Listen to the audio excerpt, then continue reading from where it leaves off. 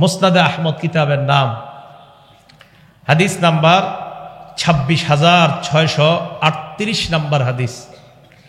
এই হাদিসের মধ্যে রাসূল করিম সাল্লাল্লাহু আলাইহি সাল্লাম বলেন, ইজা যহরাতিল মাআসি ফি কওমিন, কোন সম্প্রদায়ের মাঝে যখন গুনাহ ব্যাপক হয়ে যায়, আম্মাহুমুল্লাহু বিআযাবিম মিন ইনদিহি, আল্লাহর পক্ষ থেকে ব্যাপকভাবে আযাব তাদেরকে গ্রাস করে নেয়। সমাজের মধ্যে, এলাকার মধ্যে গুনাহ যখন ব্যাপক হয়ে যায়, এই গুনাহ ব্যাপকভাবে মানুষকে গ্রাস করে নেয়। এক পর্যায়ে এমন হয়ে যায়, মানুষকে যখন আযাব ব্যাপকভাবে গ্রাস করে নেয়, বলেন তো ওই মানুষের মধ্যে, আযাবওয়ালা মানুষের মধ্যে, এলাকার মধ্যে ভালো মানুষ আছে না নাই? সাহাবারা প্রশ্ন করলেন, ইয়া রাসূলুল্লাহ, আমা ফীহিম সালিহুন, তাদের মাঝে কি ভালো মানুষ নাই? নবীজি জবাব দিলেন, বালা, ভালো মানুষ তো আছে তাদের মাঝে, তবে ইউসিবুহুম মা আসাবান নাস, খারাপদের উপর যেই গজব আসবে, ভালো মানুষদের উপরও আসবে গজবটা। নবীজি বললেন, এলাকায় যখন ব্যাপকভাবে গুনাহ ছড়ায় পড়ে, ওই এলাকায় ব্যাপকভাবে গজব আসে। সাহাবারা বললেন, হুজুর, তাদের মাঝে কি ভালো মানুষ নাই? নবীজি বললেন, হ্যাঁ, ভালো মানুষ আছে তাদের মাঝে, তবে এই ভালো মানুষদের উপরে গজবটা আসে যেটা অপরাধীদের উপরে আসে। নবীজি বলেন, সুম্মা ইয়াসিরুনা ইলা মাগফিরাতিম মিনাল্লাহি ওয়া রিদওয়ান, কিয়ামতের মাঠে এই ভালো মানুষগুলা খারাপদের থেকে আলাদা হয়ে আল্লাহর সন্তুষ্টি এবং আল্লাহর পক্ষ থেকে ক্ষমা পেয়ে ভালোরা জান্নাতি হয়ে যাবে। কিন্তু গুনাহ ব্যাপকভাবে হয়ে গেলে এলাকার মধ্যে গজব ব্যাপকভাবে আসবে, গুনাহগার এবং ভালো মানুষ যারা, সবাইকে ওই আযাব পাকড়াও করবে। করোনা ভাইরাস, ভালো মানুষও মারা গেছে, ঠিক না? তো ভালো মানুষ, কত আল্লাহওয়ালা মানুষ মারা গেছে। ওই যে গজব যখন আসবে, ভালোদেরকেও ধরে। 5টা অপরাধ আছে যে অপরাধগুলোর মাধ্যমে আল্লাহ আমাদেরকে পরীক্ষা করবে। কয়টা অপরাধ? 5টা। হাদিসে আছে, ইবনে মাজাহ কিতাবের নাম, হাদিস নাম্বার 4019 নম্বর হাদিস। ক্বালা রাসূলুল্লাহ সাল্লাল্লাহু আলাইহি ওয়াসাল্লাম, আল্লাহ নবী বলেন, খামসুন ইযাবতুলিতুম বিহিন্না ওয়া আউযু বিল্লাহি আন তুদরিকুহুন্না, 5টি অপরাধ এমন, যে 5টি অপরাধের মাধ্যমে তোমাদেরকে পরীক্ষা করা হবে। আল্লাহ নবী কয়, আমি আল্লাহর কাছে পানাহ চাই তোমরা যেন এই পরীক্ষার মধ্যে না পড়ো। নবীজি পানাহ চাইছে, কিন্তু আমরা পড়ে গেছি। 1 নাম্বার, লাম তাজহারিল ফাহিশাতু ফি কওমিন ক্বাত্তু হাত্তা ইউলিনু বিহা ইল্লা ফাশা ফীহিমুত তাউন ওয়াল আওজাউল্লাতী লাম তাকুন মাদাত ফি আসলামিহিমুল্লাযীনা মাযাউ। 1 নাম্বার, লাম তাজহারিল ফাহিশাতু ফি কওমিন, কোন সম্প্রদায়ের মাঝে যখন অশ্লীলতা ছড়ায় পড়বে, বেহায়াপনা, অশ্লীলতা যখন কোন সম্প্রদায়ের মাঝে ছড়িয়ে পড়বে, হাত্তা ইউলিনু বিহা, অশ্লীলতার বেহায়াপনা ছড়িয়ে যাওয়ার পর এই অশ্লীলতা আবার ঘোষণা করবে। খুব ভালো করে এই জায়গাটা শোনেন, অশ্লীলতা ছড়িয়ে পড়ার পর এটা আবার ঘোষণা করবে। ঘোষণা কি করবে? এক তো অশ্লীল কাজ করবে, আবার ঘোষণা করবে। কয়েকদিন আগে আমাদের দেশে অশ্লীল কাজ হয়েছে, আবার ঘোষণা ব্যাপকভাবে, আবার প্রশংসিত হয়েছে। তো নবীজি বলেন, অশ্লীলতা যখন ছড়ায় পড়বে, হাত্তা ইউলিনু বিহা, আবার ঘোষণা করবে যে তিনি আমাদের সম্মানিত একজন মেহমান, এই মেহমানকে আমাদের সম্মান করা দরকার। হ্যাঁ, তো অশ্লীল কাজ যে করে তাকে মেহমান বলা এবং তাকে সম্মান করার কথা বলা। তো নবীজি বলেন, শুধু তাই না, এই অশ্লীলতাকে সাপোর্ট করে এটা আবার ছড়িয়ে আবার ঘোষণা করবে, এটা কোনো ব্যাপার না। তো নবীজি বলেন, অশ্লীল কাজ করবে কয়েকজন, আমরা যারা আছি আমরা বাধা দেই নেই, আমরা ভালো মানুষ দাবি করি নিজেদেরকে, মসজিদুত তাকওয়ায় নামাজ পড়লাম, বাধাও দেই নেই। তো নবীজি বলেন, ইল্লা ফাশা ফীহিমুত তাউন, ওই সম্প্রদায়ের মাঝে আল্লাহ পাক রব্বুল আলামিন প্লেগ রোগের মতো মহামারী রোগ আল্লাহ দিয়ে দিবেন। এরপর আল্লাহ নবী বলেন, ওয়াল আওজাউল্লাতী লাম তাকুন মাদাত ফি আসলাফিহিমুল্লাযীনা মাযাউ, এমন এমন নতুন নতুন রোগ আল্লাহ দিয়ে দিবে, যে রোগ অতীতের কাউকে আল্লাহ দেয় নাই, এমন রোগ ওই জনগণকে আল্লাহ দিয়ে দিবেন। এই যে দেখেন কত রোগ এখন আমরা নাম শুনতেছি, করোনা, এরপরে যেন কি ওমিক্রন, আরো কত কিছু আসবে, হেলে না, ধুলে না, মাতে না, কথা কয় না, কত নাম আসবে, নার্গিস, সিডর, কত গজবের নাম আসবে। নবীজি বলেন, আগে যেইগুলা ছিল না, এই গজব আল্লাহ পাক রব্বুল আলামিন দিবে। এজন্য মনে রাখবেন, করোনা ভাইরাস তো আল্লাহ উঠায় নিতে চায়। অন্য সম্প্রদায়ের কথা চিন্তা করেন, যাদের মাঝে গজবের মাত্রা ছিল 7 দিন, কারো গজবের মাত্রা আরো বেশি, কারো কম, 7 দিন, 3 দিন, 1 দিন, এত বেশি পরিমাণে গজবের মাত্রাটা স্থায়ী হয় নাই। অথচ আমাদের উপর কতটা নারাজ আল্লাহ, যে এই গজব কতটা স্থায়ী হচ্ছে আপনি দেখেন। কিন্তু আমরা অপরাধ ছাড়ছি না, বরং আমাদের ভাবসাব এমন যে করোনা না, আরো ভয়ঙ্কর কিছু আসলেও সমস্যা নাই, আমরা ঘোষণা করে করে গুনাহ করব, দেখি আল্লাহ কিভাবে আটকায়। এই হালাত চলতেছে আমাদের।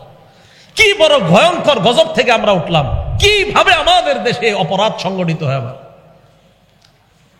তো নবীজি সাল্লাল্লাহু আলাইহি সাল্লাম বললেন যে এমন অপরাধ হবে, যেই অপরাধের কারণে এলাকার মধ্যে এমন গজব আসবে,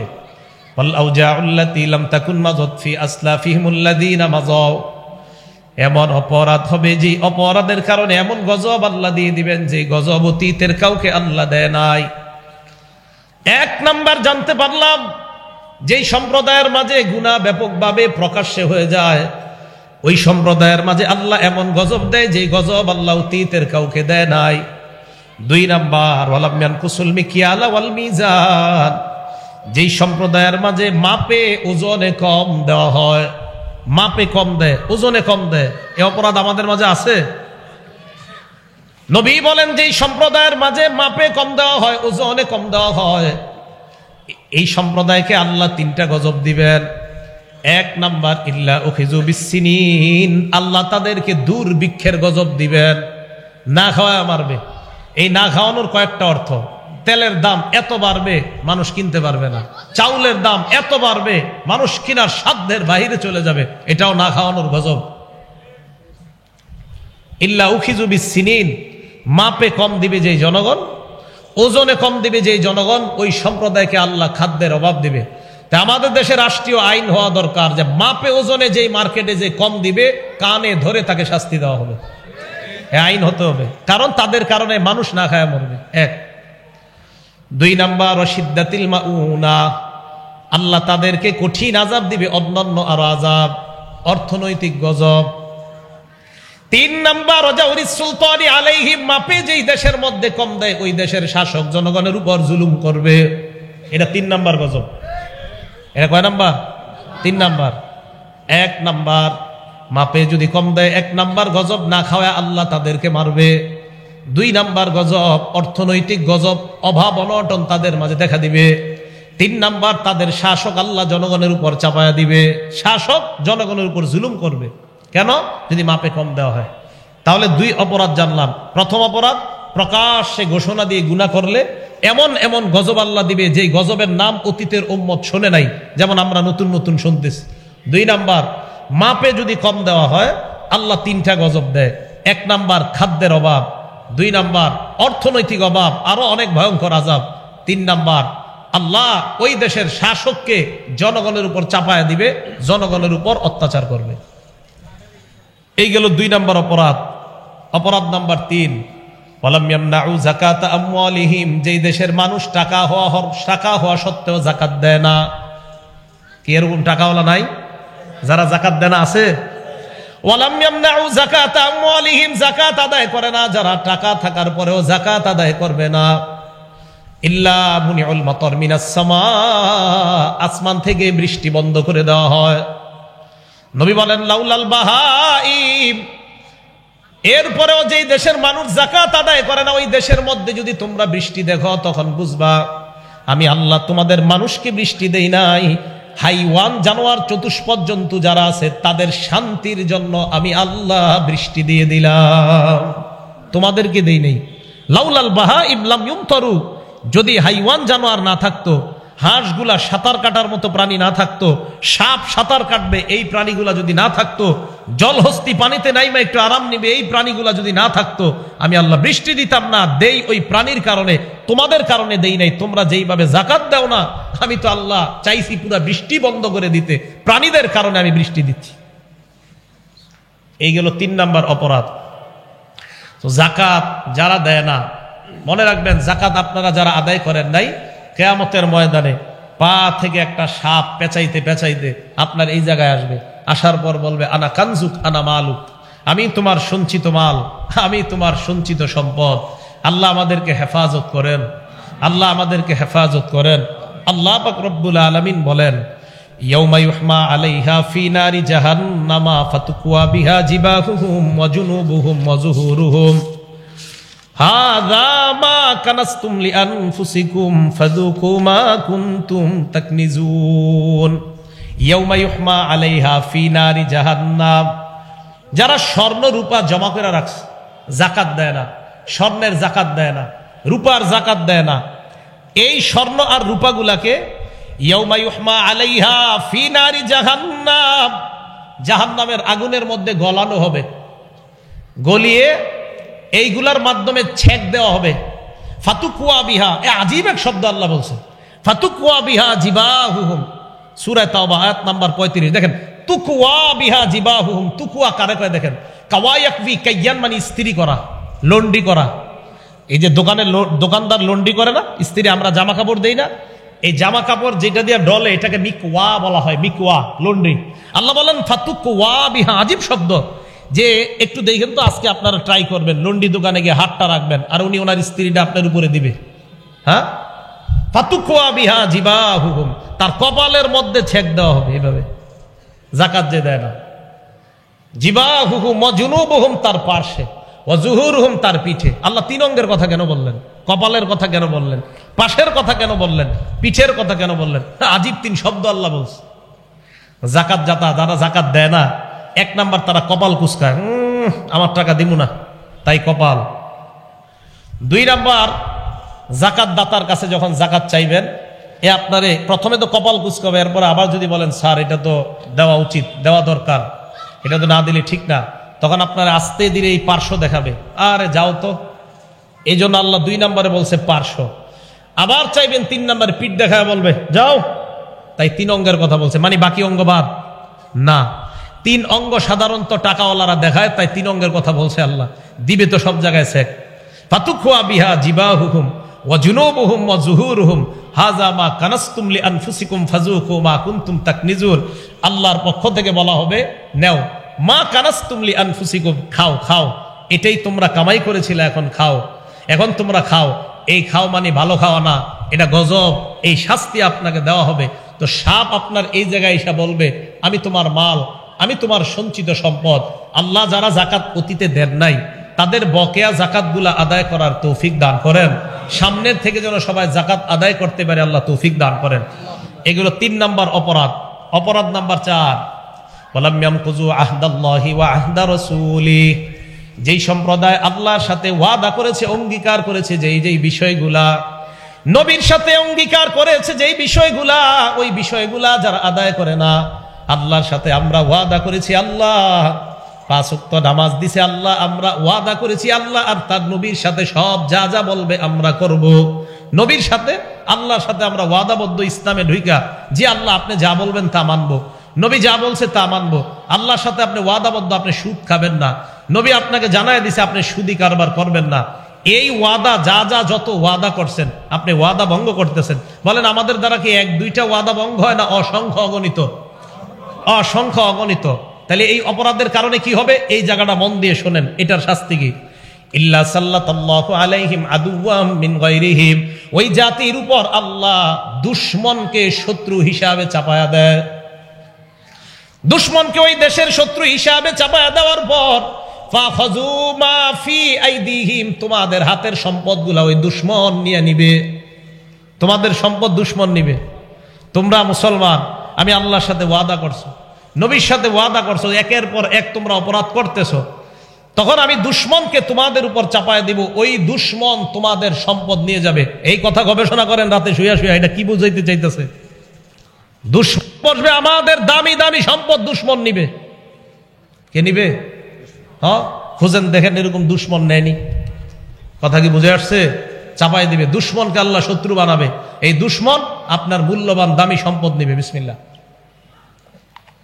5 নাম্বার অপরাধ, ওয়ালাম তাহকুম আইম্মাতুহুম বিকিতাবিল্লাহ, যেই দেশের শাসক আল্লাহর কোরআন অনুযায়ী ফয়সালা করবে না, বিচার আল্লাহর কোরআন অনুযায়ী করবে না, যেই দেশের শাসক ইসলাম অনুযায়ী দেশ পরিচালনা করবে না, ইল্লা সাল্লাতাল্লাহু আলাইহিম বাসাহুম বাইনাহুম, আল্লাহ তাদের আপোষের মধ্যে যুদ্ধ লাগায়া দিবে। আপোষের মধ্যে আল্লাহ যুদ্ধ লাগায়া দিবে। এই জন্য আমাদের নবীজি সাল্লাল্লাহু আলাইহি সাল্লাম আল্লাহর কাছে 3টা জিনিস চাইছিল, আল্লাহ 2টা দিছে, একটা দেয় নাই। মুসলিম শরীফের 472 নম্বর, মুসলিম শরীফের 7152 নম্বর হাদিস। এই হাদিসের মধ্যে আসছে নবীজি সাল্লাল্লাহু আলাইহি সাল্লাম আলিয়া নামক জায়গা থেকে আসছে। আসার পর ফাম্মার রবি মসজিদি বনি মুআবিয়া, এমন একটা মসজিদ নাম মসজিদে বনি মুআবিয়া, এটা সামনে দিয়ে নবী গেলেন। যাওয়ার সময় দাখলা, মসজিদে প্রবেশ করলেন। সাল্লা ফীহি রাকাতাইন, 2 রাকাত নামাজ পড়লেন। দাআ রাব্বাহু তাবিলা, লম্বা দোয়া করলেন। সাহাবাদের দিকে ফিরলেন, ফিরার পর বললেন সালতু রাব্বি সালাসা আতানি সিনতাইনি ওয়া মানানি ওয়াহিদা, আমি আল্লাহর কাছে 3টি জিনিস চাইলাম, আল্লাহ 2টি দিয়েছেন, 1টি দেয় নাই। 1 নাম্বার সালতু রাব্বি আল্লা ইউহলিকা উম্মতি বিসানা, আমি আল্লাহর কাছে বললাম আল্লাহ আমার উম্মতকে আপনি না খাওয়ায়া একবারে সবাইরে ধ্বংস করে দিয়েন না। পুরা দুনিয়ার মানুষ একসাথে না খেয়ে মারা যাবে এমনটা হবে না, একথা নিশ্চিত থাকেন। হ্যাঁ, কিছু জনপদ না খেয়ে মারা যাবে, এই গজব আল্লাহ দিবে। পুরা দুনিয়ার উম্মত না খেয়ে মারা যাবে এমনটা হবে না, এটা নবী বলে গেছে আল্লাহর কাছে, আল্লাহ কবুল করছে।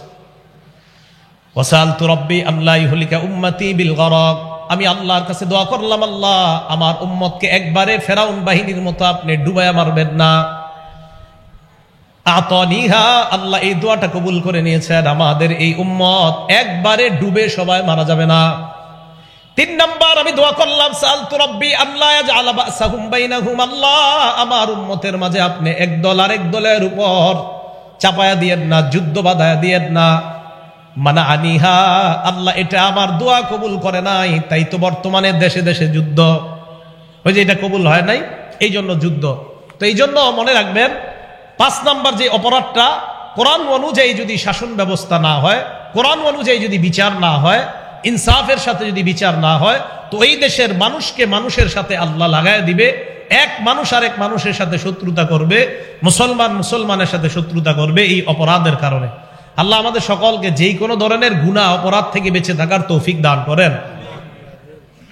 মুসলিম শরীফের 5018 নম্বর হাদিস, ক্বালা রাসূলুল্লাহ সাল্লাল্লাহু আলাইহি ওয়াসাল্লাম লাআনাল্লাহ, আল্লাহ ওই ব্যক্তিকে অভিশাপ দেয়, মান লাআনা ওয়ালিদা, যেই ব্যক্তি তার পিতা মাতারে অভিশাপ দেয়। কোন ব্যক্তি তার পিতা মাতারে অভিশাপ দেয়, মা বাবারে কয় আপনারা মইরা যেতে পারেন না, আপনাকে মতো মা বাবা দরকার নেই। লাআনাল্লাহু মান লাআনা ওয়ালিদা, পিতা মাতাকে যেই ব্যক্তি অভিশাপ দেয় তাকে আল্লাহ অভিশাপ দেয়। 2 নাম্বার লাআনাল্লাহু মান যাবাহা লিগাইরিল্লাহ, ওই ব্যক্তিকে আল্লাহ অভিশাপ দেয় যেই ব্যক্তি আল্লাহ ছাড়া অন্যের নামে পশু জবাই করে। যেই ব্যক্তি আল্লাহ ছাড়া অন্যের নামে পশু জবাই করে, খুব মন দিয়ে শোনেন এই জায়গাটা, যেই ব্যক্তি আল্লাহ ছাড়া অন্যের নামে পশু জবাই করে তার উপরে আল্লাহ অভিশাপ দেয়। বুখারী শরীফের 7520 নম্বর হাদিস, আব্দুল্লাহ ইবনে মাসউদ রাদিয়াল্লাহু তাআলা নবীজিকে প্রশ্ন করলেন আইয়ুয যামবি আযম ইনদাল্লাহ, হুজুর আল্লাহর কাছে সবচেয়ে বড় অপরাধ কোনটা? নবীজি জবাব দিলেন আনতা জাআলা লিল্লাহি নিদ্দান ওয়া হুয়া খালাকাক, তুমি আল্লাহর সাথে কাউকে অংশীদারিত্ব সাব্যস্ত করা অথচ আল্লাহ তোমাকে বানাইলেন। আল্লাহর সাথে শিরিক করা অথচ আল্লাহ তোমাকে বানাইলেন। তো আল্লাহর সাথে শিরিক করা এটা সবচেয়ে বড় অপরাধ, নবীজি সাল্লাল্লাহু আলাইহি সাল্লাম বলে দিলেন। এখন আমরা শিরিক কিভাবে করি একটু মন দিয়ে শুনেন। আমরা কিছু কিছু সুন্নত পালন করতে গিয়ে শিরিক করি। সুন্নত পালন করতে তো হবেই, কিন্তু সুন্নত পালন করতে গিয়ে আকীদা নষ্ট করে কোনো শিরিক করা যাবে না। নাসাই শরীফের 1214 নম্বর হাদিসে আছে নবীজি কবর জিয়ারত করছেন। আন আবি হুরায়রা রাদিয়াল্লাহু তাআলা আনহু قال যারা রাসূলুল্লাহ সাল্লাল্লাহু আলাইহি ওয়াসাল্লাম কবর উম্মি, আল্লাহ নবী তার মায়ের কবর জিয়ারত করলেন। কথাটা মনে রাখেন, মুসলিম শরীফের 5019 নম্বর হাদিস থেকে গেলাম বুখারীর 7520, বুখারীর 7520 থেকে আসলাম নাসাই শরীফের 1214 নম্বর হাদিসে। আবার আগের জায়গায় ফিরে যাব আমরা। নবীজি সাল্লাল্লাহু আলাইহি সাল্লাম তার মায়ের কবর জিয়ারত করলেন, করার পর ফাবাকা, নিজে কাঁদলেন, ওয়া আবকা মান হাওলা, আশেপাশে সাহাবা যারা সবাইকে কান্না করাইলেন। সাহাবাদের দিকে আল্লাহ নবী তাকিয়ে বললেন জুরুল কুবুর ফাইন্নাহা তুযাক্কিরুকুমুল মাউত, তোমরা কবর জিয়ারত করো, কবর জিয়ারত তোমাদেরকে মৃত্যুর কথা স্মরণ করায়া দিবে। কবর জিয়ারত করো, কবর জিয়ারত তোমাদেরকে মৃত্যুর কথা স্মরণ করায় দিবে। তাহলে হাদিস থেকে পাইলাম কবর জিয়ারত করা সুন্নত। এবার আপনি কবর জিয়ারত করতে গেলেন, আপনাদের এই মসজিদুত তাকওয়ার পক্ষ থেকে আপনারা সিলেট ঘুরতে গেলেন, আল্লাহর সৃষ্টি দেখতে গেলেন। ঘুরতে ঘুরতে হঠাৎ আপনাদের মনে হলো শাহজালাল রহমতুল্লাহর কবরটার কাছে যাই। তো গেছেন, যাওয়ার পর শাহজালাল রহমতুল্লাহকে আপনাদের মাঝে এক মুসল্লি শাহজালাল রহমতুল্লাহর জন্য আল্লাহর কাছে দোয়া করছে, আল্লাহ শাহজালাল রহমতুল্লাহর কবরটা আপনি আলোকিত বানান, জান্নাতের মর্যাদা আরো জান্নাতের উঁচু মাকাম বানায় দেন। আল্লাহ শাহজালাল রহমতুল্লাহর কবরটা আপনি আলোকিত বানান। মাবুদ গো, শাহজালাল আমাদের দেশে আইসা শিরিক বেদাত এমন ভাবে দূর করছে, আল্লাহ মেহেরবানি করে শাহজালাল রহমতুল্লাহর মর্যাদা আরো বাড়ায় দেন। খুব দোয়া করলেন। শেষের দিকে আপনি বললেন, ও বাবা শাহজালাল, আমি ধানমন্ডি থেকে আসছি, জিগাতলা থেকে, আমার 5 বছর সন্তান হয় না, একটা সন্তানের ব্যবস্থা করে দাও। আপনি এতক্ষণ সব আল্লাহরে বললেন, শেষে সন্তানটা শাহজালালের কাছে যাইলেন। হ্যাঁ, শিরিক করলেন। এটা কি করলেন? তো কবর জিয়ারত করা সুন্নত, সুন্নত পালন করতে গিয়ে আপনি শিরিক করলেন, আকীদা নষ্ট করলেন। সূরা শূরা আয়াত নাম্বার 49-50 আল্লাহ বলেন, ইয়াখলুকু মা ইয়াশা, আল্লাহ যা চায় তা বানায়। ইয়াহাবু লিমান ইয়াশাউ ইনাসা, আল্লাহ চাইলে কন্যা দেয়। ওয়া ইয়াহাবু লিমান ইয়াশাউ যুকুর, আল্লাহ চাইলে ছেলে দেয়। আও ইউযাউযিজুহুম যুকরানা ওয়া ইনাসা, আল্লাহ চাইলে ছেলে মেয়ে উভয়টা দান করেন। ওয়া ইয়াজআলু মান ইয়াশাউ আকীমা, আল্লাহ চাইলে আপনার বিবিকে বন্ধা বানাবেন। বলেন তো, ছেলে মেয়ে দেওয়া না দেওয়ার একচ্ছত্র একমাত্র ক্ষমতা কার? আল্লাহ। বলেন কার? আল্লাহ। তো দেখেন, কবর জিয়ারত সুন্নত পালন করতে গিয়ে আপনি আকীদা নষ্ট করলেন। সুন্নত পালন করতে গিয়ে আকীদা মোটেই নষ্ট করা যাবে না। বুখারী শরীফের 1605 নম্বর হাদিস, এই হাদিসের মধ্যে আসছে হযরত ওমর ফারুক রাদিয়াল্লাহু তাআলা কাবা শরীফ তওয়াফ করতেছে।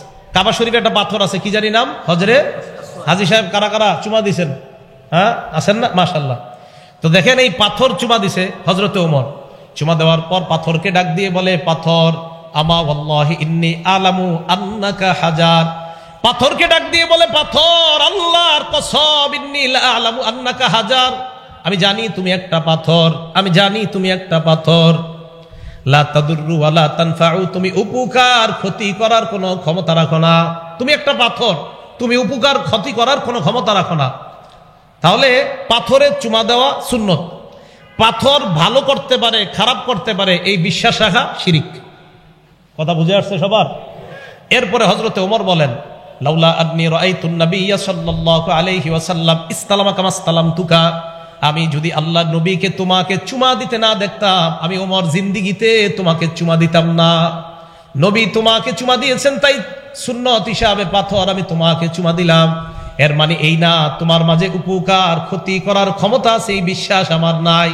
তাহলে পাথর উপকার ক্ষতি করার ক্ষমতা আছে বলেন, তাহলে হাতের মধ্যে সুলাইমানি আংটি কেন দেন?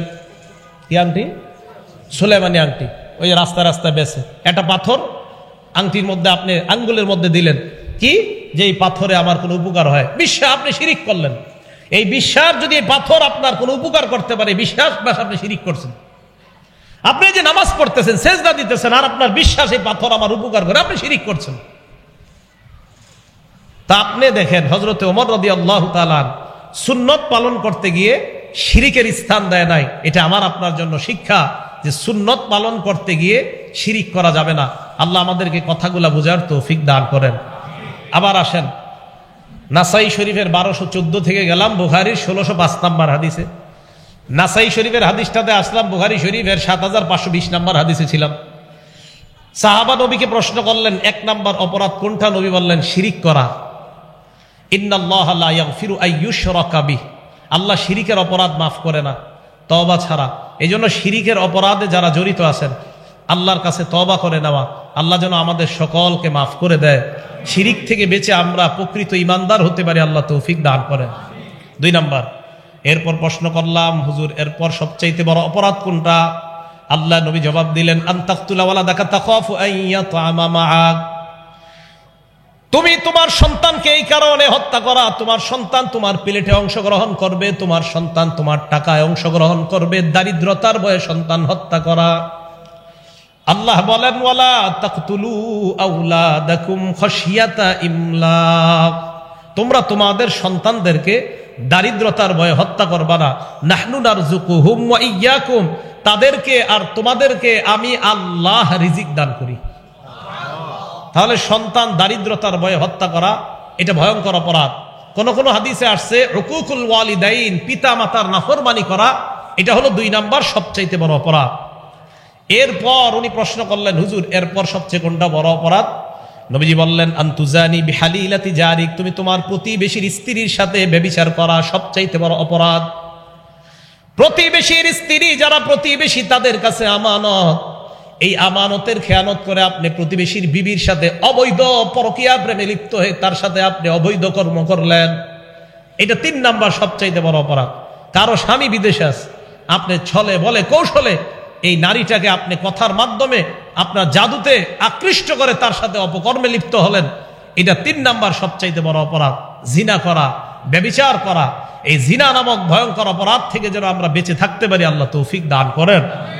বুখারী শরীফের 80 নাম্বার হাদিস, ক্বালা রাসূলুল্লাহ সাল্লাল্লাহু আলাইহি ওয়াসাল্লাম, আল্লাহ নবী বলেন, ইন্না মিন আশরাতিস সাআ, কিয়ামতের আলামতের মধ্যে 4টা উল্লেখযোগ্য আলামত হলো এই, আইয়ুরফাআল ইলম, বিদ্যা আকাশে উঠিয়ে নেওয়া হবে। কোরআন সুন্নাহর বিদ্যা আকাশে উঠিয়ে নেওয়া হবে। কোরআন সুন্নাহ আকাশে উঠে যাবে, কোরআন সুন্নাহ আকাশে উঠিয়ে নেওয়া হবে। এজন্য এই যুগে আমি আপনি খুব বেশি দোয়া করা, আল্লাহ কোরআন সুন্নাহ তো আকাশে চলে যাচ্ছে, মাবুদ হেদায়েতের উপর যেন আল্লাহ থাকতে পারি, আপনি তৌফিক দান করেন। 2 নাম্বার, ওয়াসবুতাল জাহলু, মূর্খতা সমাজের মধ্যে ছড়ায় পড়বে। এত মূর্খতা ছড়ায় পড়বে, আরেক হাদিসে নবীজি বলেন, ইন্নাল্লাহা লা ইয়াকবিজুল ইলমা ইনতিজাআ, আল্লাহ পাক রব্বুল আলামিন এই বিদ্যা, কোরআন সুন্নাহর বিদ্যা একবারে উঠিয়ে নেবে না, ইয়ানতাজিউহু মিনাল ইবাদ, আমার আপনার থেকে একবারে আল্লাহ উঠিয়ে নেবে না। ওয়ালাকিন ইয়াকবিজুল ইলমা বিকবজিল উলামা, আল্লাহ এই ইলম উঠিয়ে নিবে আলেমদেরকে উঠিয়ে নেওয়ার মাধ্যমে, আলেম উঠায়া নিবে, তাদের মাধ্যমে এই ইলম আল্লাহ উঠায়া নিবে। বলেন গত 2 বছরে আমাদের দেশে আলেম কম মারা গেছে না অনেক বেশি মারা গেছে? এটা আমাদের জন্য কিন্তু খুব চিন্তার বিষয় যে উলামায়ে কেরাম, আল্লামা আহমদ শফী রহমতুল্লাহ আলাই থেকে নিয়ে আল্লামা হাফেজ জুনায়েদ বাবনগরী রহমতুল্লাহ আলাই সহ, আল্লামা নুর হুসাইন কাসিমি রহমতুল্লাহ আলাই সহ কত বড় বড় উলামায়ে কেরাম, মুফতি ওয়াক্কাস সাহেব রহমতুল্লাহ আলাই সহ, তো এই যে যাদের নাম এখন মনে আসতেছে না সবার, এই বড় বড় উলামায়ে কেরামকে উঠিয়ে নেওয়া, আল্লাহ এলেম উঠিয়ে নিয়ে, এই এলেম উঠিয়ে নিলে আপনি যতই বলেন, আমাকে যতই বোঝানোর চেষ্টা করেন, হুজুর আপনারা হিংসা করেন, অমুককে হিংসা করেন, তমুককে হিংসা করেন চেয়ারে বসলে, না হিংসা করি না, বিশ্বাস করেন এলেম উঠে যাচ্ছে বলে যাকে তাকে আপনি চেয়ারে বসায় দিচ্ছেন। নবীজি বলেন, হাত্তা ইজা লাম ইউবকি আলিমান, যখন আর আলেম খুঁজে পাবেন না, তখন ইত্তাখাযান নাসু রুউসান জুখালা, জাহেলদেরকে আপনি ধর্মীয় নেতা বানাবেন, বানানোর পর এখানে বসাবেন, বসানোর পর ফাস্তাফতাও, প্রশ্ন করবেন, ফতুয়া জিজ্ঞাসা করবেন, ফাফতাও বিগয়রি ইলমিন, ওই জাহেল এখানে বসে ফতুয়া দিয়ে দিবে। ফতুয়া দেওয়ার পর ফাদল্লু আদল্লু, নিজে পথভ্রষ্ট হবে, সবাইকে পথভ্রষ্ট করবে। এখন এই হাদিস আপনি কোথায় রাখবেন বলেন? এই হাদিসটা বলে আলেমরা হিংসা করে, এই কথা আপনি কেন বলেন? তা হাদিস কেটে দেন, মুসলিম শরীফ থেকে হাদিস কেটে দেন। এটা হিংসা না, মনে রাখবেন। অযোগ্যরা চেয়ারের মধ্যে বসা মানি এলেম দুনিয়া থেকে বিদায় নিচ্ছে। তাই আপনি অযোগ্য কাউকে, কোরআন শুদ্ধ না, হাদিস শুদ্ধ না, একটা আয়াত সুন্দর মতো পড়তে পারে না, হাদিসের একটা ইবারত দিলে দাঁত 34টা ভাঙ্গার সম্ভাবনা, তাকে আপনি যদি দেন যে না আমি আপনাকে ফতুয়া দেওয়ার জন্য বানাইলাম, সেখানে সে বসে তখন বলবে সিনামাজে জায়েজ নাই, এটা কোরআনের কোন আয়াতে আছে? তখন এইখানে এটা বসে বলবে হুজুররা বলে গান বাজনা জায়েজ নাই, এটা কোরআনের কোন আয়াতে আছে বলবে।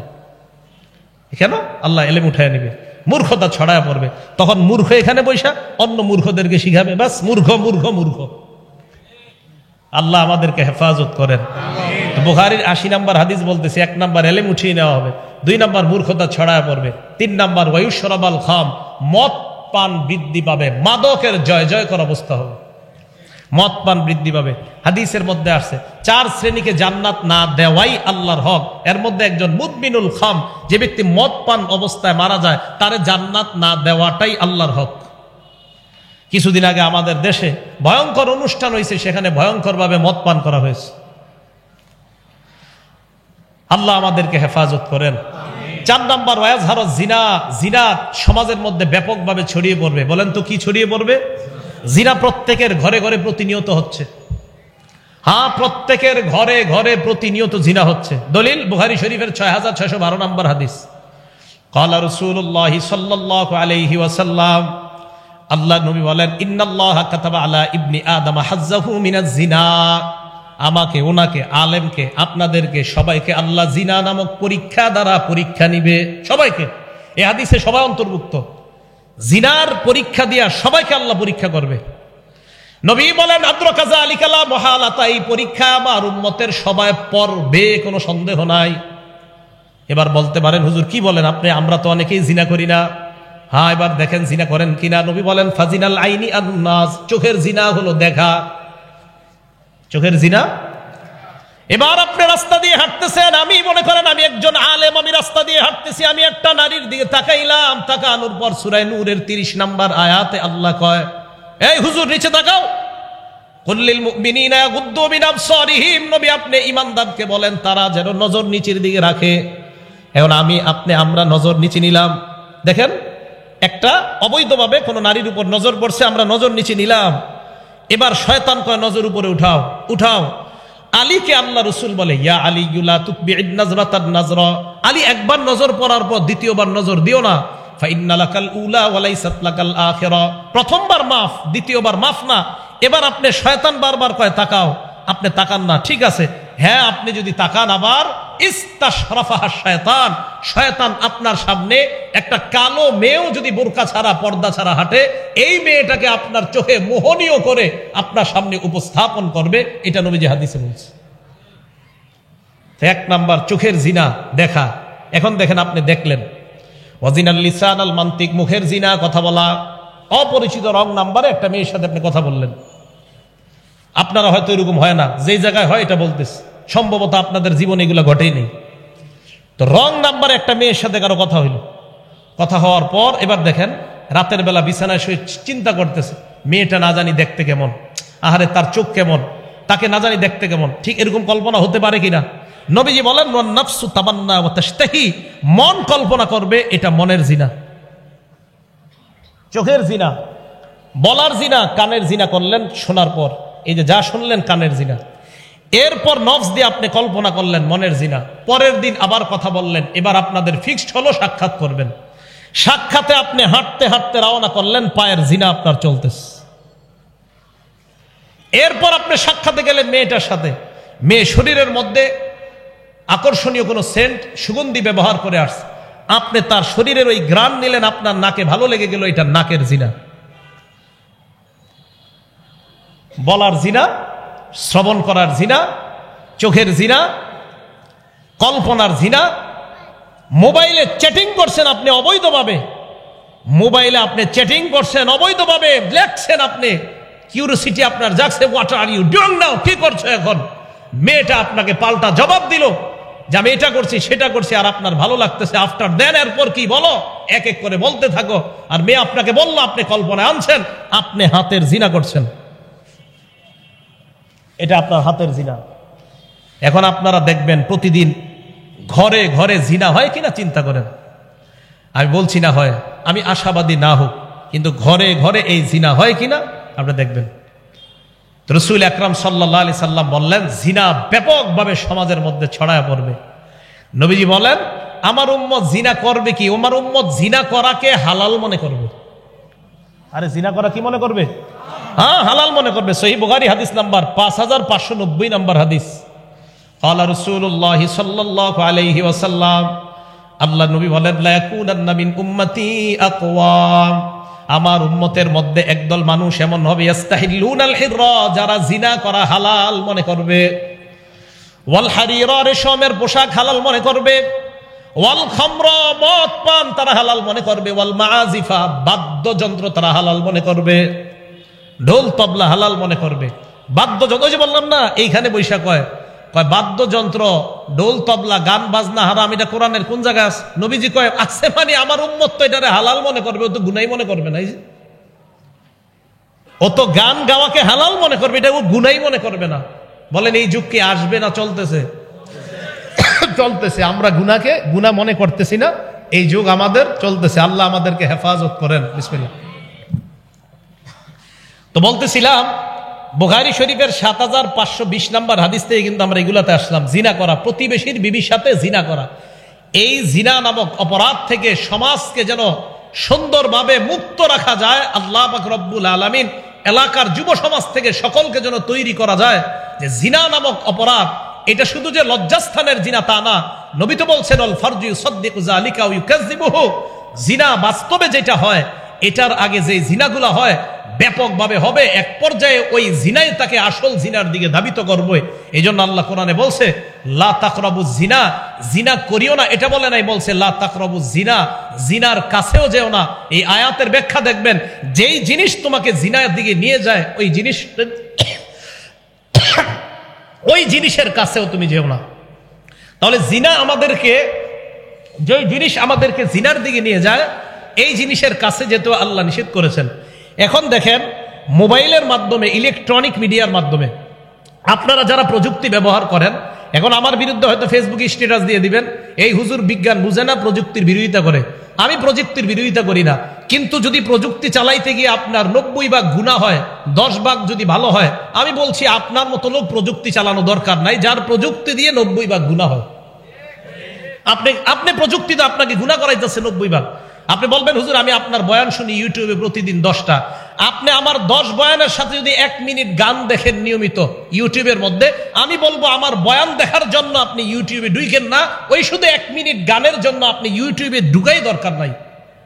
কারণ ১ মিনিট কেন গান শুনবেন? আপনি ওয়াজ শুনবেন সওয়াবের নিতেই তো, আর গুনাহ করবেন না। আপনি ইউটিউবে ঢুকেন না, তাহলে আপনার গুনাহও দরকার নাই, আপনি ১০টা সওয়াব দরকার নাই, আপনি একটা গুনাহ করেন না। আপনি ১০০০ রাকাত নফল নামাজ পড়বেন, আরেক দিক দিয়ে আপনি ১০টা গুনাহ করবেন না, আপনি ১০টা গুনাহ ছেড়ে দেন। ১০০০ নফল নামাজ না পড়া পারলে 10টা গুনাহ ছাড়েন আপনি। যে বিষয়টা বুঝাইতে চাইলাম, গুনাহ আমাদেরকে শেষ করে দিচ্ছে, আমাদের সমাজটাকে ধ্বংস করে দিচ্ছে। কি স্কুল কলেজ আর যেই জায়গার ছাত্র ছাত্রী যাদেরকে বলবেন সর্বত্র ইলেকট্রনিক মিডিয়ার গুনাহ আমাদের জীবনটাকে শেষ করে দিচ্ছে। পারিবারিক বন্ধনগুলা বর্তমানে ছিন্ন হওয়ার সবচেয়ে বেশি কারণ খোঁজেন ইলেকট্রনিক মিডিয়া, কোনো সন্দেহ নাই।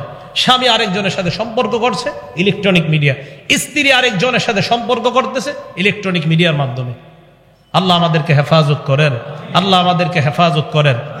সর্বশেষ কথা, এইগুলা কেন? এই যে আমি কতগুলা গুনাহের পরিচয় দিলাম, এবার মুসলিম শরীফের ৫০১৮ নম্বর হাদিসটার পরে আমি বলছি অপরাধগুলা কেন হচ্ছে আমাদের। আল্লাহ পাক রব্বুল আলামিন লাআনা, অভিশাপ দেয় ওই ব্যক্তিকে যে পিতা মাতাকে অভিশাপ দেয়, মনে আছে? ওখান থেকে কিন্তু এদিক গেছি। ওয়া লাআনা, আল্লাহ অভিশাপ দেয় ওই ব্যক্তিকে যেই ব্যক্তি আল্লাহর নাম ছাড়া পশু জবাই করে। ওয়া লাআনাল্লাহু মান গায়্যারা মানারাল আরদ, যেই ব্যক্তি জমিনের সীমানা উল্টাপাল্টা করে, আরেকজনের সম্পত্তি নিজের কবজায় নিয়ে ওই জায়গায় সীমানা নির্ধারণ করে দেয় যে এই সম্পত্তির মালিক ক্রয় সূত্রে অমুক গ্রুপ, আসলে আপনি অতটুক জায়গার মালিক না। নবীজি বলেন তোমাকে আল্লাহ অভিশাপ দেয়। তোমাকে আল্লাহ কি দেয়? অভিশাপ দেয়। একটা নিরীহ মানুষের জায়গা নিজের কবজায় নিয়ে লিখে দিয়েছেন ক্রয় সূত্রে অমুক এটার মালিক, আপনাকে আল্লাহ অভিশাপ দেয়। এটা আল্লাহর অভিশাপ আপনার উপরে চলতে থাকে, আল্লাহর অভিশাপ আপনার উপরে চলতে থাকে। আল্লাহ পাক রব্বুল আলামিন এই অভিশাপ থেকে যেন আমরা হেফাজত থাকতে পারি, আল্লাহ তৌফিক দান করেন। সামনে কোরবানির ঈদ, এই কোরবানি করতে গিয়ে আমরা কথার মধ্যে অনেক একটা শিরিক করি। 7টা নাম লিখি, অথবা 3টা অথবা 4টা লিখে বলি হুজুর 7 নামে কোরবানি করেন, হুজুর 4 নামে কোরবানি করেন, হুজুর 5 নামে কোরবানি করেন। 5 নামে কোরবানি মানি, এটা আপনি কি বললেন? 4 নামে কোরবানি মানি, হুজুর 3 নামে কোরবানি, আমরা 3 জন মিলে গরুটা কিনেছি, হুজুর আমাদের 3 ভাইয়ের পক্ষ থেকে আল্লাহর নামে কোরবানি করেন। 7 নামের পক্ষ থেকে আল্লাহর নামে কোরবানি করেন। এই কথার শিরিক থেকে বাঁচেন। মানুষের নামে কোরবানি হয় না। মুহাম্মদ সাল্লাল্লাহু আলাইহি সাল্লামের নামে যদি কোনো গরু জবাই করে খিচুড়ি বিলান, এই খিচুড়ি খাওয়া হারাম, ওই গরুর গোশত খাওয়া হারাম। কার নামে বললাম? মুহাম্মদ সাল্লাল্লাহু আলাইহি সাল্লামের নামে কোনো গরু জবাই করলেন, হ্যাঁ মুহাম্মদ সাল্লাল্লাহু আলাইহি সাল্লামের পক্ষ থেকে আল্লাহর নামে। ওয়ালা তাকুলু মিম্মা লাম ইযকার ইসমুল্লাহ, আল্লাহর নাম নেওয়া হয় নাই যেই পশু জবাই করতে, এটার গোশত খাবা না। ফাকুলু মিম্মা যুকিরা ইসমুল্লাহ, ওই পশুর গোশত খাও যেই পশু জবাই করার সময় আল্লাহর নাম নেওয়া হয়েছে। তাহলে বলেন তো, পশু, কোরবানির পশু, মুরগি, চড়ুই পাখি, এগুলা জবাই হবে কার নামে? আল্লাহর নামে, মানুষের নামে জবাই হবে না। তাহলে বলেন তো, খাজা মুঈনুদ্দিন চিশতি রহমতুল্লাহ আলাইহির নামে সিন্নি পাকানো, ওনার নামে গরু জবাই করা, এটা কি হালাল না হারাম? হারাম। এটা জায়েজ নেই। এই শিরিক সহ, জিনা সহ, ব্যভিচার, গান, বাদ্য আর জিনা নামক এই অপরাধগুলার মূল কারণ, সমস্ত অপরাধগুলার মূল কারণ হলো আমাদের মাঝে লজ্জাশীলতা কমে যাওয়া। বলেন কি কমে যাওয়া? লজ্জাশীলতা। আমাদের যুব সম্প্রদায় তো লজ্জা কমতে কমতে এত নিচে গেছে, লজ্জা, নিজে বিয়ে করছে, বিয়ে করার পর নিজের বউয়ের যত কথা আছে বন্ধুদের সাথে বলে বেড়ায়। কার সাথে বলে বেড়ায়? বন্ধুদের সাথে। এক তো বিয়ের সময় নবীজি সাল্লাল্লাহু আলাইহি সাল্লাম বললেন, ইন্না আযমান নিকাহি বারাকা আইসারুহা মাউনা, ওই বিয়ে সবচেয়ে বরকতময় যেই বিয়েতে খরচ কম। আপনি গায়ে হলুদ নামক একটা অনুষ্ঠান করলেন, ভয়ঙ্কর, বিয়ের দিনও বিশাল বড় বড় পার্টি করলেন, আর যাদেরকে দাওয়াত দিলেন সাহেবরা এক জায়গায় বৈশা মুরগির রান, খাসির রান ফালানোর মধ্যেই তারা ফ্যাশন খুঁজে পায়, এই অপচয়গুলো আপনি করলেন। এরপরে যাক, বিয়ে করার পর পুত্রবধূ, আপনি বিয়ের আগে যখন পুত্রবধূকে দেখতে যায়, মনে রাখবেন ছেলের বিবি হওয়ার আগ পর্যন্ত শ্বশুরের জন্য ওই মেয়েকে দেখা হারাম। শ্বশুর তার পুত্রবধূকে পুত্রবধূ হওয়ার আগ পর্যন্ত দেখা হারাম। শ্বশুর মানে আমি আমার ছেলের পুত্রবধূকে, আমি আমার ছেলের পুত্রবধূ, আমার ছেলে বিয়ে করার আগ পর্যন্ত ওই মেয়েকে আমি দেখা হারাম। এখন আপনারা কি করেন? মেয়েটা দেখা ছবি উঠায় সবার পাশাপাশি নিজের বাপ, ভাই, ভাইয়ের বোনের স্বামী টামি সবাইকে দেখান। এটা হারাম, এটা নাজায়েজ, এটা অন্যায়, এটা জায়েজ নাই। মেয়েটা দেখতে গিয়ে ছবি তুইলা পুরো দুনিয়ারে দেখায়, ফেসবুকে বন্ধুদেরকে দিয়া কয় দেখ কেমন লাগে, তোদের ভাবি হবে।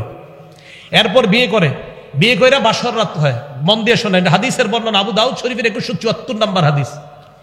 নবীজি সাল্লাল্লাহু আলাইহি সাল্লাম সাহাবাদের সামনে দাঁড়াইলেন, দাঁড়ানোর পর বললেন, এই সাহাবাদের মধ্যে যারা তোমরা পুরুষ আছো, ইজা আতা ইমরাআহ আগলাকা বাবা ওয়া আলকা আলাইহি সিতরা, বিবির কাছে গেলা, যাওয়ার পর দরজা বন্ধ করলা, পর্দা ফালাইলা, এরপর আল্লাহ প্রদত্ত ভালোবাসা তোমাদের মাঝে সম্পর্ক কায়েম হলো। পরের দিন তুমি বন্ধুদের সাথে বসলা, বসার পর বললা ফাআলতু কাজা ওয়া কাজা, আমার এই হয়েছে তোদের ভাবির সাথে। সব বন্ধুকে বলে বেড়াইলা। তোমাদের মাঝে কি এরকম স্বভাব কারো আছে? সাহাবারা সবাই চুপ। নারীদেরকে বললেন, তোমাদের মাঝে এই স্বভাব কাদের আছে? যারা তাদের বান্ধবীদের কাছে তোমাদের স্বামীর সাথে যা হয় এগুলা বলে বেড়াও। সব নারীরা চুপ। এক নারী সাহস করে দাঁড়িয়ে গেল, দাঁড়িয়ে বললেন, ইয়া রাসূলুল্লাহ, ইন্নাহুম লা ইয়াতাহাদ্দাসুনা ওয়া ইন্নাহুন্না লা ইয়াতাহাদ্দাসনা, পুরুষদের মাঝে কেউ কেউ এই অপরাধটা করে, নারীদের মাঝেও এই অপরাধটা কেউ কেউ করে ইয়া রাসূলুল্লাহ। নবীজি বললেন, তাই নাকি? কয় হ্যাঁ। নবীজি বললেন, যেই পুরুষ এই অপরাধ করে আর যেই নারী এই অপরাধটা করে, তাদের দৃষ্টান্ত একজন শয়তান পুরুষ আর একজন শয়তান নারী রাস্তায় অপকর্মে মিলিত হইল, আর তোমার বন্ধুরা তোমাকে তাকায়া তাকায়া দেখতেছে। তুমি যদি বন্ধুদের সাথে বিবির কথা বলে বেড়াও, আর বিবি যদি বান্ধবীদের সাথে স্বামীর কথা বলে বেড়ায়, তাদের ভালোবাসা মহব্বত পূর্ণ সম্পর্ক বলে বেড়ায়, নবী বলেন ওই স্বামী পুরুষ শয়তান আর ওই মহিলা নারী শয়তান। তারা নারী পুরুষ অবৈধ কাজে লিপ্ত হলো রাস্তা। তুমি এই রিয়াজুস সালিহিন 690 নম্বর হাদিস, নবীজি সাল্লাল্লাহু আলাইহি সাল্লাম বলেন, ইন্না মিন আশাররিন নাস ইনদাল্লাহি মানজিলাতান ইয়াউমাল কিয়ামাহ আর রাজুলু ইউফজি ইলাল মারআ ওয়া তুফজি ইলাইহি। ওই স্বামী সবচেয়ে নিকৃষ্ট হবে কিয়ামতের ময়দানে আল্লাহর সামনে, যেই স্বামী তার স্ত্রীর সাথে কি হয় না হয় সব বন্ধুদেরকে বলে বেড়ায়। ওই স্ত্রী সবচেয়ে নিকৃষ্ট মহিলা হবে আল্লাহর কাছে কিয়ামতের মাঠে, যে তার বান্ধবীদের কাছে সব বলে বেড়ায় স্বামীর সাথে কি হয় না হয়। এই অপরাধগুলো থেকে আল্লাহ আমাদের সমাজকে বেঁচে থাকার তৌফিক দান করেন। তো বলছিলাম এগুলা কেন হচ্ছে? সবগুলার মূল কারণ লজ্জা না থাকা। বলেন তো সবাই, কি না থাকা? আমি বারে বারে এই কথা বলি, সবগুলার মূল কারণ লজ্জা না থাকা। খুব সংক্ষেপে শুনবেন, যদি পারেন মুখস্থ করে নেবেন, ঘরের মধ্যে কিছু কিছু পারলে টানায় রাখবেন। এক, লজ্জা এমন একটা জিনিস, নবীজি সাল্লাল্লাহু আলাইহি সাল্লাম লজ্জার ব্যাপারে অনেকগুলো হাদিস বলছেন। একজন তাবী ওয়াহাব ইবনে মুনাব্বিহ তিনি বলেন, আল ঈমান ও রিয়ান, ঈমান জিনিসটা একটা খোলা জিনিস, খোলা। লিবাসুহু আত-তাকওয়া, ঈমানের পোশাক হলো আল্লাহকে ভয় করা, সুবহানাল্লাহ। ওয়া জিনাতুহু আল হায়া, ঈমানের সৌন্দর্য হলো লজ্জা। ঈমানের পোশাক তাকওয়া, ঈমানের সৌন্দর্য লজ্জা। দুই নাম্বার শুনেন, মান কাসাহুল হায়া সাওবা, আমি পাঞ্জাবি পরছি, আমার শরীরটা আপনারা কিন্তু দেখতেছেন না। যেই ব্যক্তির লজ্জার পোশাক পরে, লাম ইয়ারান নাস আইবা, এই ব্যক্তির দোষ ত্রুটি তত বেশি মানুষের থেকে আড়াল থাকে, আল্লাহ হেফাজত করে। তিন নাম্বার, আমার সাথে বলেন, বলেন তো স্বতন্ত্র বৈশিষ্ট্য, বলেন সবাই বলেন স্বতন্ত্র বৈশিষ্ট্য। এখন আমার সাথে বলেন, আমাদের স্বতন্ত্র বৈশিষ্ট্য হলো লজ্জা। আরো জোরে বলেন, আমাদের স্বতন্ত্র বৈশিষ্ট্য হলো লজ্জা। ইবনে মাজাহ হাদিস নাম্বার 4181 নাম্বার হাদিস। ক্বালা রাসূলুল্লাহ সাল্লাল্লাহু আলাইহি ওয়াসাল্লাম, আল্লাহ নবী বলেন, ইন্না লিকুল্লি দীনিন খুলুকা ওয়া খুলুকুল ইসলামি আল হায়া। নবীজি বলেন, প্রত্যেকটা ধর্মের স্বতন্ত্র একটা বৈশিষ্ট্য আছে। ইসলামের স্বতন্ত্র বৈশিষ্ট্য হলো লজ্জা। সুবহানাল্লাহ। যার মাঝে লজ্জাশীলতা যত বেশি, তার মাঝে ইসলামের স্বতন্ত্র বৈশিষ্ট্য তত বেশি। 4 নাম্বার, লজ্জা ঈমানের অঙ্গ। বলেন, লজ্জা ঈমানের অঙ্গ। আপনার লজ্জা যত কম হবে, বুঝতে হবে আপনার ঈমানের পাওয়ার তত কম। লজ্জা ঈমানের অঙ্গ। মুসলিম শরীফ হাদিস নাম্বার 59 নাম্বার হাদিস। মোট হাদিস সংখ্যা হবে 7453।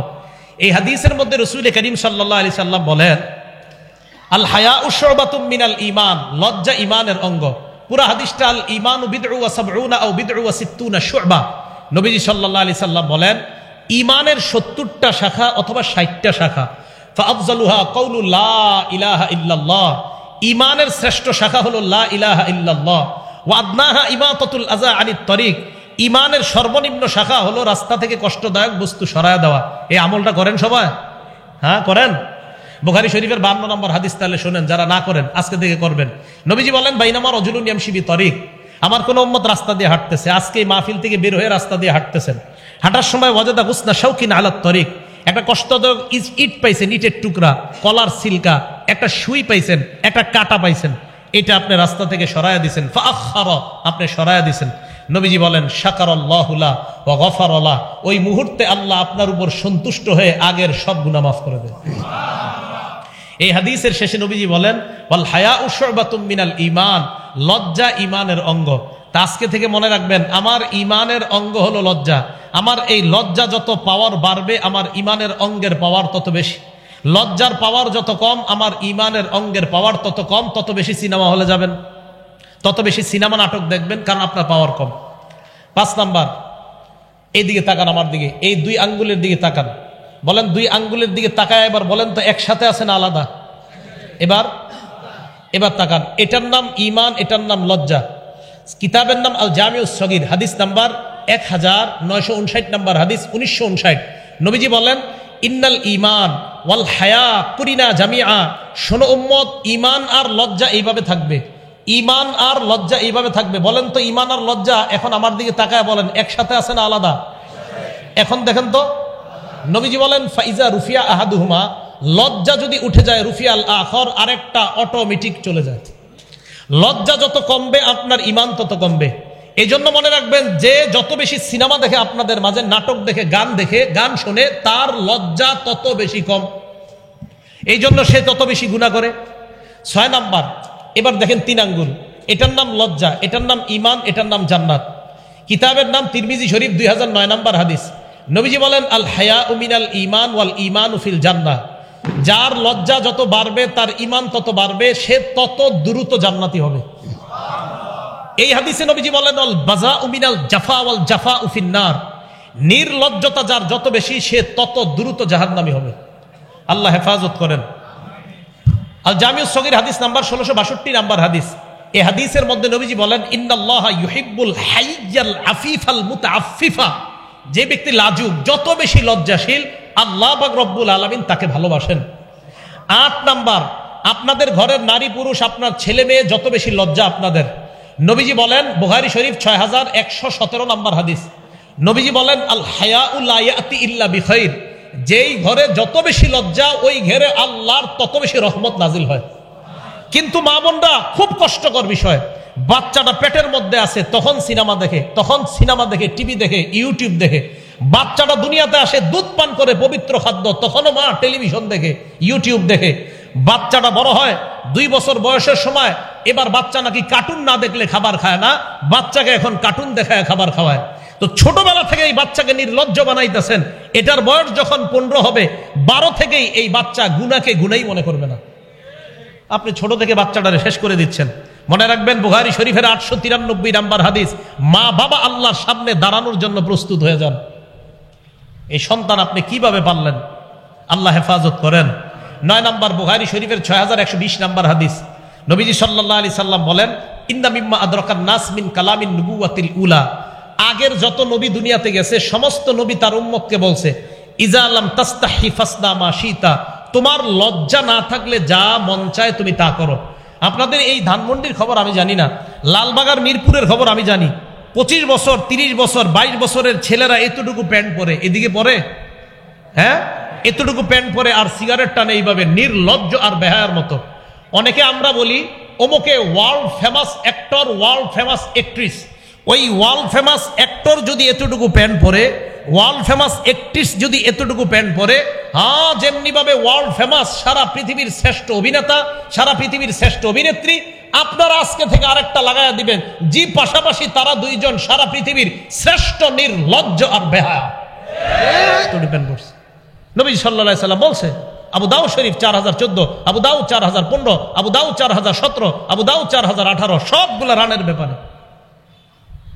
রাসূল আকরাম সাল্লাল্লাহু আলাইহি সাল্লাম বলেন যে যখন তাকে আলী লা তাকশিফ ফাকিজাক, তুমি তোমার রান খুলবা না, ওয়ালা তানজুর ইলা ফাকিজি হাইয়িন, আলী জীবিত ব্যক্তির রানের দিকে তাকায় না, ওয়ালা মাইয়িতিন, আলী মরা ব্যক্তির রানের দিকেও তাকায় না। মরা ব্যক্তির রান দেখা নিষেধ, তো জীবিত ব্যক্তির রান, এই যে ছেলেরা সিগারেট টানে আর প্যান্ট পরে হাঁটে, কত বড় নির্লজ্জের কথা। আল্লাহ হেফাজত করেন, আল্লাহ হেফাজত করেন। তো 9 নাম্বার নবীজি বললেন লজ্জা না থাকলে যা মন চায় করো। 10 নাম্বার তিরমিজি শরীফের 1974 নাম্বার হাদিস, এই হাদিসে রাসূল আকরাম সাল্লাল্লাহু আলাইহি সাল্লাম বলেন, মা কানাল ফুহশু ফি শাইইন ইল্লা শানা, যেই জিনিসের মধ্যে নির্লজ্জতা বেশি ওই জিনিসের ময়লা বেশি। ওমা কানাল হায়াউ ফি শাইইন ইল্লা জানা, যেই জিনিসের মধ্যে লজ্জা বেশি এই জিনিসের সৌন্দর্যতা বেশি। মা বোনরা কষ্ট নিয়েন না, যত আপনার পোশাক ছোট হবে তত আপনার ময়লা বাড়বে, যত আপনার পোশাক বড় হবে, লজ্জাশীলতা যত বেশি হবে, তত আপনার আল্লাহর কাছে সৌন্দর্যতা তত বাড়বে। আল্লাহ পাক রব্বুল আলামিন আমাদের সকলকে লজ্জাশীলতার গুণে গুণান্বিত হয়ে যেই অপরাধগুলার কথা বললাম, শিরিক নামক অপরাধ, মানুষ হত্যা নামক অপরাধ, সন্তানকে হত্যা নামক অপরাধ, ব্যভিচার নামক অপরাধ, সুদ খাওয়ার অপরাধ, আর ইবনে মাজার 4019 নম্বর হাদিস থেকে 5টা অপরাধের কথা বলছিলাম, যে ইনসাফ না করার অপরাধ, পাল্লায় ওজনে না মাপার অপরাধ, এই অপরাধের কারণে কি কি গজব দুনিয়াতে আসে। আল্লাহ পাক রব্বুল আলামিন এই অপরাধগুলো থেকে যেন আমরা বেঁচে থাকতে পারি, আল্লাহ তৌফিক দান করেন। আমিন। ওয়া আখিরু দাওয়ানা আনিল হামদুলিল্লাহি রাব্বিল আলামিন। আসসালামু আলাইকুম ওয়া রাহমাতুল্লাহি ওয়া বারাকাতুহু।